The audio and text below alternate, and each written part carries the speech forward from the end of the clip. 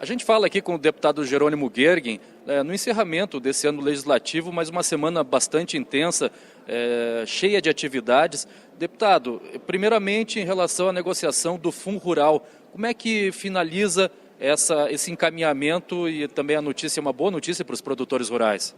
Essa foi a principal luta do nosso mandato, até pela implicação que tem na economia no sentido negativo, porque o governo, a partir de uma mudança de posicionamento do STF, teria aí o direito de cobrar algo indevido, né, porque o próprio STF disse que era indevido, que tiraria alguns bilhões da renda dos produtores brasileiros. Então, quando nós apresentamos o projeto tratando da remissão, ou seja, impedindo que o governo cobre, enquanto a justiça brasileira dizia que era indevido. Depois que a justiça mudou de posição, é óbvio que os produtores já estão pagando. Essa foi a grande bandeira, avançamos muito, nós estamos aguardando aí para esses dias uma medida provisória do atual governo, prorrogando para o ano que vem, e uma sinalização do futuro governo de que vai extinguir o passivo, apoiando o nosso projeto. Inclusive, nós já estamos fazendo adequações através de um projeto de lei complementar, onde vamos colocar um teto, né, aqueles que terão essa condição, enfim, para não causarmos nenhuma injustiça. A gente quer causar exatamente justiça. E aqueles que pagaram, a nossa proposta é que se acreditem para a frente, né, para que não se estimule alguém a não pagar, como muitos às vezes questionam. Então, foi uma luta árdua, não foi uma construção fácil e ela aconteceu graças à mobilização da base dos produtores que nos deram o apoio e, portanto, chegamos a esse que, para mim, é um dos principais resultados do mandato que ora encerra. Teremos nova medida provisória, então? Nova medida provisória e o ano que vem acabamos com o passivo. Agora o senhor tem uma série de outros projetos e também lutas, demandas que vão ser assim colocadas no próximo mandato, na próxima legislatura. Foi lançado agora aqui, junto com diversos partidos, a bancada também do MBL, essa nova frente parlamentar em defesa do livre mercado. Né? Como é que vai ser esse trabalho? O Brasil, quando elegeu o futuro governo, ele quis dizer que não quer mais trabalhar para sustentar a máquina pública ineficiente e pesada. Então, nessa linha, essa bancada se reuniu para que a ideia que veio da urna tenha esta representação aqui dentro. Quando se fala num pensamento liberal, num pensamento de direita, o que nós estamos dizendo é que nós queremos que o Estado cumpra o seu papel e não se meta naquilo que não é o papel de muitas vezes ser um Estado empresário. O Estado tem que atender às demandas da sociedade, como saúde, segurança, educação, e o resto criar condições para que a iniciativa privada tenha a condição de investir, de fazer as ações, de gerar emprego e renda.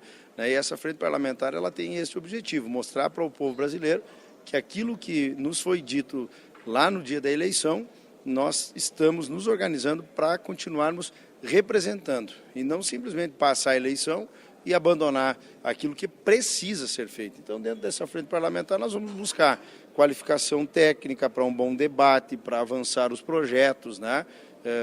Ações desta natureza que agora nós estamos nos organizando para fazer. CPI dos mais médicos também é outra demanda que o senhor vai trabalhar, já começou agora nesse finalzinho de legislatura, desse mandato, mas vai ser retomado no próximo. Como é que vai ser essa articulação e qual é o objetivo disso? Bom, o objetivo, a saúde é uma das principais demandas da sociedade e o que foi feito aí é uma vergonha, né? Simplesmente o Brasil financiou um projeto de escravidão com dinheiro público, por interesse ideológico, político, partidário do PT com Cuba. Então nós queremos esclarecer para onde é que foi o nosso dinheiro, quem foi o grande responsável por isso e esse dinheiro que faltou para a saúde do brasileiro. Basta ver que o programa Mais Médico, em 2, 3 dias onde se mudou o edital, teve suas vagas preenchidas e os municípios estão recebendo os médicos brasileiros. E eu acho sim, porque o Congresso teve uma impossibilidade de debater, ele foi, digamos assim, mentiu o governo para o Congresso, não nos deu a condição de debatermos essa proposta, que é uma obrigação do Parlamento fazer uma CPI justamente para que a gente esclareça qual foi a parte que deveria ter passado pelo Congresso e não passou, e dizer também que não foi uma omissão do Congresso, foi porque houve uma ludibriou-se o Congresso, o Executivo fez um engodo, né, e isso precisa ser esclarecido para também proteger a imagem do Parlamento. O senhor esteve hoje com o presidente Jair Messias Bolsonaro, junto com a bancada do Partido Progressista, dos progressistas, e encaminhou uma série de demandas. Quais são essas demandas, né? Então, é um tratamento aí republicano, né? O senhor não foi pedir cargo, nem nada disso, o senhor foi encaminhar seus projetos, seus pleitos, e quais são esses encaminhamentos que foram feitos? Primeiro, né, é uma necessidade urgente do novo governo, este não fez, lamentavelmente, agir com relação ao Mercosul. O tema do leite, do trigo, do arroz e, nesse momento, do leite mais agravado ainda, precisa uma interferência governamental. A revisão do Mercosul e uma ação, até que se revise, uma ação imediata para diminuir um pouco o sofrimento do produtor de leite é extremamente necessário. E pedir ao presidente que seja de imediato criado um comitê interministerial, que nós já vínhamos cobrando do atual governo, para discutir o endividamento agrícola. O endividamento agrícola é muito mais sério do que os governos pensavam. Nós fizemos uma construção ao longo do mandato que se encerra, através de uma comissão externa, se criou uma linha alternativa do BNDES que os bancos acabaram não usando, ou pouco usaram, porque os próprios bancos hoje reconhecem que o endividamento é muito grande. E o risco é um risco enorme para a economia brasileira. Então, a gente apresentou, além dessa questão do Mercosul, apresentamos uma proposta que envolve um trabalho em cima do endividamento. Como eu falei, a questão do comitê interministerial, que é muito necessário que seja criado, o do Fundo Rural, que a gente já falou, reforçamos o apoio que já foi dado pelo ministro Bolsonaro, e apresentamos a ele alguns projetos que, inclusive, têm sido fala do novo presidente.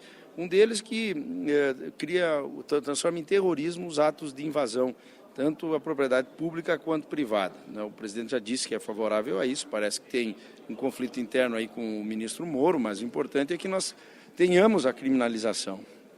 Outra coisa, a segurança no campo, né? Nós precisamos transformar em crime de saúde pública o roubo, o furto, a receptação, o contrabando de defensivos agrícolas e a falsificação, porque isso está levando violência e insegurança para o campo, onde não tem policiais fisicamente, e aí a lei é branda, acabam indo roubar o defensivo, furtar, e daqui a pouco mata produtor, como a gente tem visto por aí. Nós precisamos regulamentar a questão indígena.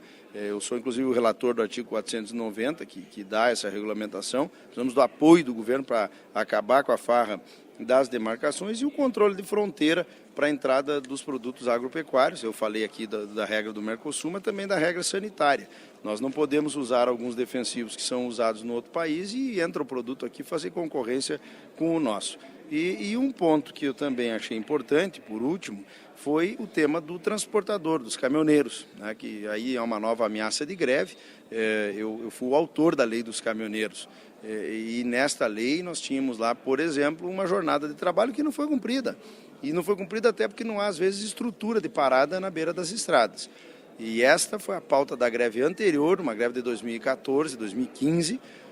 A lei acabou sendo sancionada como solução da greve. Se tivesse cumprido a lei, o governo não teria que ter feito essa mentira que fez para acabar com a greve desse ano, porque foi exatamente isso que aconteceu. O governo deu aos caminhoneiros o que não poderia dar, e até nem deveria, porque trouxe prejuízos econômicos para todo o restante da economia. Você falou da tabela do frete. Então, nós estamos apresentando a ele o cumprimento da lei do motorista. Se cumprir essa lei, muito dos problemas da perda de renda dos motoristas deverá desaparecer.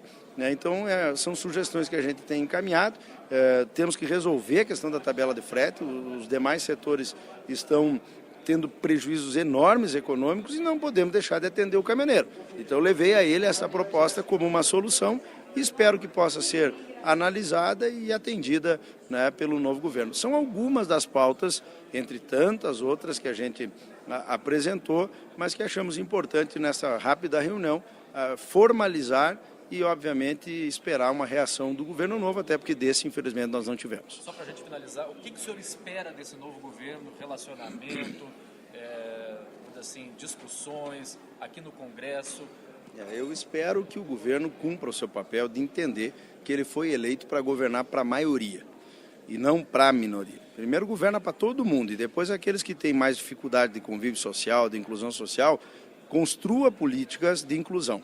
Mas não simplesmente penalizar a maioria da sociedade como se fosse todo mundo culpado por alguém que tem lá uma outra ideologia de gênero, uma outra situação como a questão indígena, né? Por exemplo, né? Nós temos que preservar todo mundo tem que ter direito à sua opção, né? Preservação da sua cultura, mas entender que quem sustenta esse pesado Estado é a maioria. Então tem que governar para que o Estado fique menos pesado e a gente tenha um Brasil que desenvolva, cresça, gere emprego, renda e dignidade através da inclusão social. A gente conversou então com o deputado Jerônimo Gergen, trazendo um pouco de um balanço, né, das atividades e os projetos, as pautas que ele vai trabalhar ao longo aí dos próximos 4 anos nessa nova legislatura.